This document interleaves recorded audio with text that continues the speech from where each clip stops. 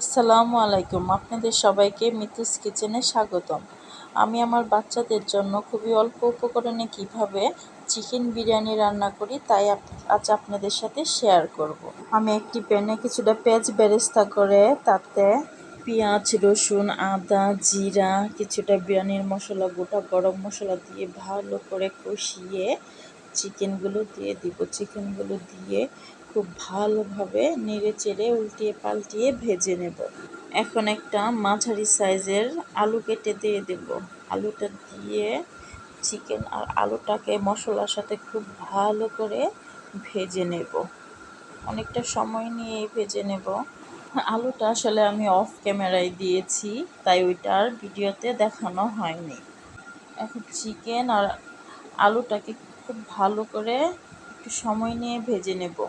ভাজা হয়ে গেলে কিছুটা পানি দিয়ে 10 মিনিটের জন্য এটা রান্না করে নেব। 10 মিনিট পরে যখন এটা হয়ে যাবে তখন তাতে আগে থেকে ভিজিয়ে রাখা পানি ঝরানো চালগুলো দিয়ে দিব। আমি এখানে আতপ চাল ইউজ করেছি, আপনারা এখানে বাসমতি চালও ইউজ করতে পারেন। এখন চিকেনের সাথে চালটাকে খুব ভালো করে উল্টে পাল্টে নেড়ে ভাজা ভাজা করে নেব। ভাজা হয়ে গেলে তাতে পরিমাণ মতো পানি দিয়ে দেব। আমি আগেও বলেছি আপনাদেরকে, আমি পানিটা কখনো মেপে দিই না, আমি আমার আন্দাজ মতো পানিটা দিয়ে নিই।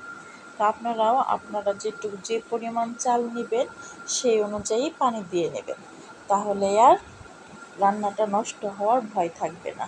এখন পানি দেওয়া হয়ে গেলে আমি এটাকে ঢাকনা দিয়ে 5 থেকে 7 মিনিট সময় রান্না করে নেব। 5-7 মিনিট পরে এসে ঢাকনাটা খুলে 4-5টা কাঁচামরিচ, কিছুটা পেঁয়াজ বেরেস্তা, 2 চামচ ঘি দিয়ে দেব। দিয়ে একটু উল্টে পাল্টে একত্রে সব কিছু মিশিয়ে নেব। মেশানো হয়ে গেলে আর একটু পেঁয়াজ বেরেস্তা ছিটিয়ে দেব। আর হ্যাঁ, আপনাদের যদি আমার ভিডিওটা ভালো লাগে তাহলে লাইক, কমেন্ট, শেয়ার করে পাশে থাকবেন।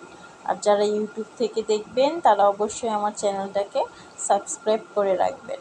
আমি যেভাবে চিকেন বিরিয়ানিটা রান্না করেছি আপনারা ঠিক একই নিয়মে বিফ মাটন বিরিয়ানিটাও রান্না করতে পারেন, ওইটার টেস্ট আর একটু ভালো আসবে। দেখেন, আপনাদের সাথে গল্প করতে করতে আমার রান্না প্রায় শেষ।